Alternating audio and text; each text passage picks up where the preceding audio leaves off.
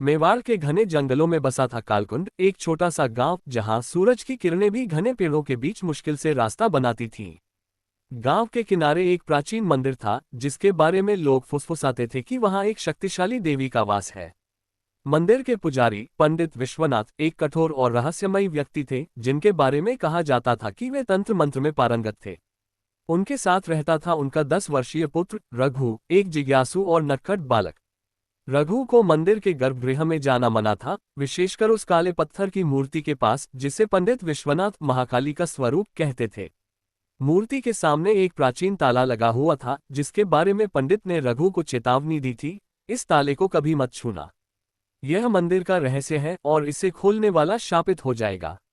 लेकिन रघु की जिज्ञासा उसकी समझ से बड़ी थी। एक रात जब गांव अमावस्या की अंधेरी चादर में लिपटा था, रघु चुपके से मंदिर में घुस गया।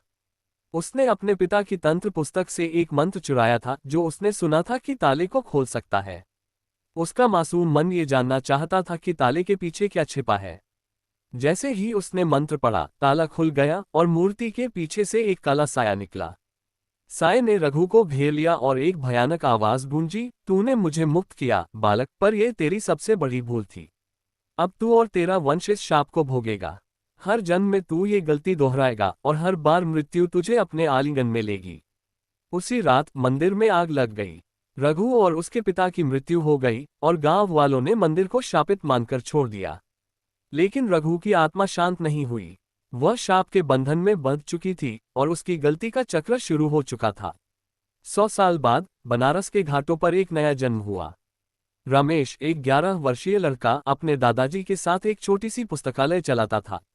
रमेश को पुरानी किताबों से प्रेम था, खासकर उन किताबों से जो तंत्र और रहस्यों की बात करती थीं। एक दिन उसे एक पुरानी चमड़े से बंधी किताब मिली जिसके पन्नों पर धूल जमी थी। किताब का नाम था कालकुंड का रहस्य। रमेश ने किताब खोली और उसमें एक मंत्र पढ़ा जो उसे मंत्रमुग्ध कर गया। उसने नहीं जाना कि यह वही मंत्र था जो रघु ने 100 साल पहले पढ़ा था। उस रात जब वह अकेला था, उसने मंत्र का उच्चारण किया। अचानक कमरे में ठंडी हवा चलने लगी और एक काला साया प्रकट हुआ। साये ने रमेश को पहचान लिया और कहा, तू वही बालक है जिसने मुझे मुक्त किया था। तूने फिर वही गलती की, अब तुझे इसकी कीमत चुकानी होगी।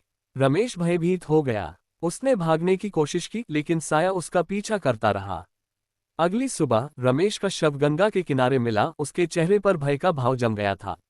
गांव वालों ने इसे दुर्घटना माना, लेकिन रमेश की आत्मा जानती थी कि यह शाप का दूसरा चरण था। वर्तमान समय में दिल्ली के एक व्यस्त मोहल्ले में रहता है अर्नब, 12 साल का एक स्मार्ट और जिज्ञासु लड़का। अर्नब को पुरातत्व और रहस्यमयी चीजों का शौक था। वह अपने दोस्तों के साथ अक्सर पुरानी हवेलियों और खंडहरों की सैर करता था। एक दिन स्कूल की छुट्टियों में वह अपने दोस्तों के साथ दिल्ली के बाहरी इलाके में एक परित्यक्त मंदिर की खोज में निकला। ये वही मंदिर था जो कभी कालकुंड में था, अब समय के साथ खंडहर में तब्दील हो चुका था। अर्नब और उसके दोस्त रोहन और नेहा मंदिर के अंदर घुसे। वहां उन्हें वही काली मूर्ति मिली जिसके सामने अब भी वही प्राचीन ताला लटक रहा था। अर्नब को मूर्ति ने जैसे सम्मोहित कर लिया। उसने अपने बैग से एक पुरानी डायरी निकाली जो उसे अपने दादाजी की अलमारी में मिली थी। डायरी में वही मंत्र लिखा था जो रघु और रमेश ने पढ़ा था। रोहन ने मजाक में कहा, अर्नब इसे पढ़ दे, देखते हैं क्या होता है। नेहा डर गई और बोली, नहीं, ये ठीक नहीं है, मुझे यहाँ कुछ गलत लग रहा है। लेकिन अर्नब की जिज्ञासा फिर हावी हो गई। उसने मंत्र पढ़ना शुरू किया।